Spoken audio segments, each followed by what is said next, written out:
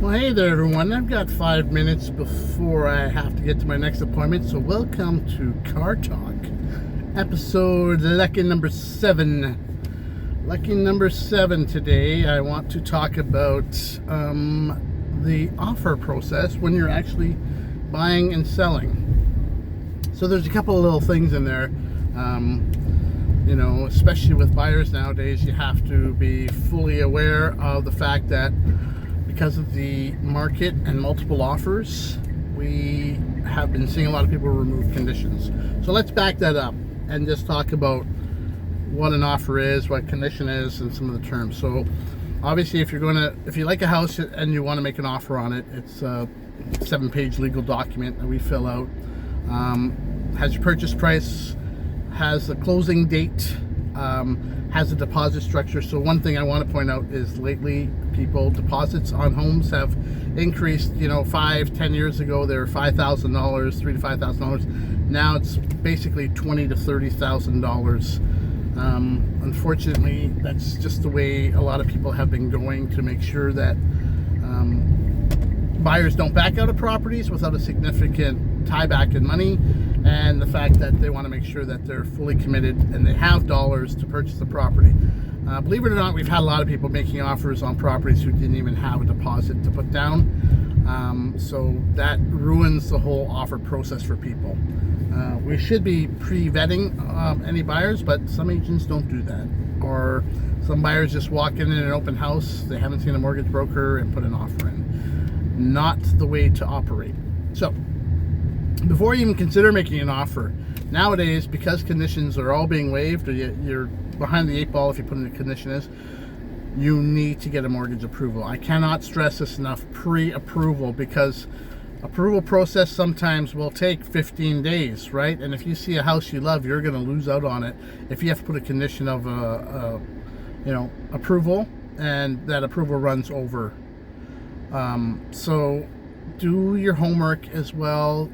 Let's go see a mortgage broker, go see a big bank. RBC and TD are probably some of the best banks. RBC, when they give you pre-approval for a mortgage, they don't take it away even if you lose your job. So that's one thing you should need to know.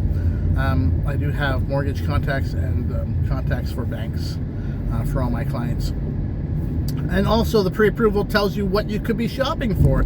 You may think that you can buy a $700,000 house, but the bank may think not. So, the bank may say, no, you're at $600,000 max. And if you bid $700,000 on a house, the bank only gives you $6. Guess who's on the hook for that $100,000? You. That's right. You'll have to scrounge that up somehow, or you will face a slurry of legal action against you. So always get a pre-approval, know your limit, stay within it. Okay. Putting in an offer, conditions we used to put in are conditions of financing approval, conditions of a home inspection, sometimes condition of insurance in case the house is older and it has older wiring and whatnot. So those conditions, a lot of people are waiving lately, so it's important to do your due diligence when walking through the house as well. Make sure you're aware of a lot of the faults that may be there, and part of that is bringing someone with you who has extensive knowledge on construction, or an agent like myself who has done construction and knows quite a bit about problems that may occur with properties. You cannot substitute experience in the situation on the biggest purchase of your life. So don't just wing it. There could be problems that cost you tens of thousands of dollars. So get the right information and use the right people accordingly. So now that, you've got no conditions, so that just means when you make an offer nowadays, it's firm and binding. What does that mean? It means you own the house. You can't back out once you put that deposit in. So when you have an accepted offer, deposits of the $20,000 or $30,000 nowadays are due within 24 hours of the acceptance of that offer. If you don't hand in that deposit, then basically the deal becomes null and void. Okay, so you've got the offer, you got the conditions, you've got in that offer, there's the closing dates. There is basically lawyer's instructions. A lot of it's legalese. I provide my clients with a easy to read educational version ahead of time, so they can read through it. Or I don't. I usually go through the offer and point out anything that is of particular interest to them. I'll skim over the legal stuff because that's just for lawyers. So yeah, there you have the offer process.